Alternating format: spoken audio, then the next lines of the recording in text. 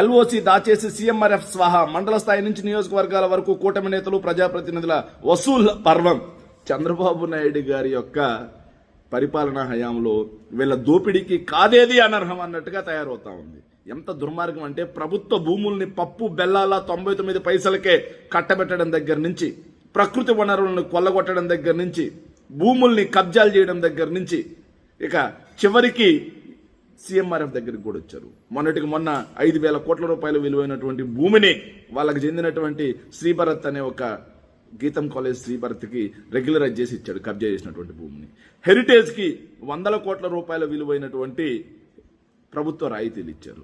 ఇక వాళ్ళకి సంబంధించిన వ్యక్తులందరికీ కూడా భూములు కేటాయించడం, రాయితీలు ఇవ్వడం చూస్తా వచ్చాం. సో ఆ దోపిడీ కూడా చాలదన్నట్టుగా సీఎంఆర్ఎఫ్ లో కూడా ఆఖరికి ఎవరికైతే సీఎం సహాయార్థ రిలీఫ్ ఫండ్ కాస్త వీళ్ళ దోపిడీకి అడ్డగా మారిపోయింది. ఎంత దుర్మార్గం అంటే కొంతమంది ఏ రోజు ఆసుపత్రి మొహం కూడా చూసుండరు.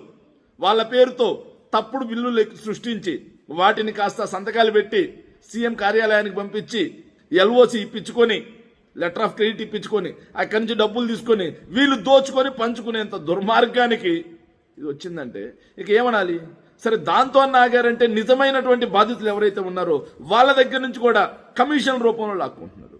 వైఎస్ఆర్ కడప జిల్లా నందలూరు మండలానికి చెందినటువంటి కుందా నెల్లూరు గ్రామానికి చెందినటువంటి ఫీల్డ్ అసిస్టెంట్ ఎల్లయ్య అనే అతనికి కన్ను పోతే 30 లక్షల రూపాయలు నేను ఇప్పిస్తాను అని చెప్పేసి అన్నిటి మీద సంతకాలు పెట్టించుకొని 14 లక్షల రూపాయలు సీఎం రిలీఫ్ ఫండ్ నుంచి చేయించుకొని 8 లక్షల రూపాయలు ట్రాన్స్ఫర్ చేయించుకున్నాడు టీఎన్ఎస్ఎఫ్ కి చెందినటువంటి స్టేట్ కార్యదర్శి రేవూరి వేణుగోపాల్. అడిగితే మాకు ఖర్చులు ఉంటాయి కదా, అందరికి పంచుకుంటూ రావాలి కదా అని అడుగుతున్నానంటే ఆఖరికి ప్రజలకి రిలీఫ్ ఇవ్వాల్సినటువంటి సీఎం రిలీఫ్ ఫండ్ లో కూడా ఇంత దుర్మార్గంగా దోచుకు తింటున్నారు అంటే వీళ్ళు మనుషులు అనాలా, పరాన్న జీవులు అనాలా అనేది ప్రజలే నిర్ణయించుకోండి. Thank you.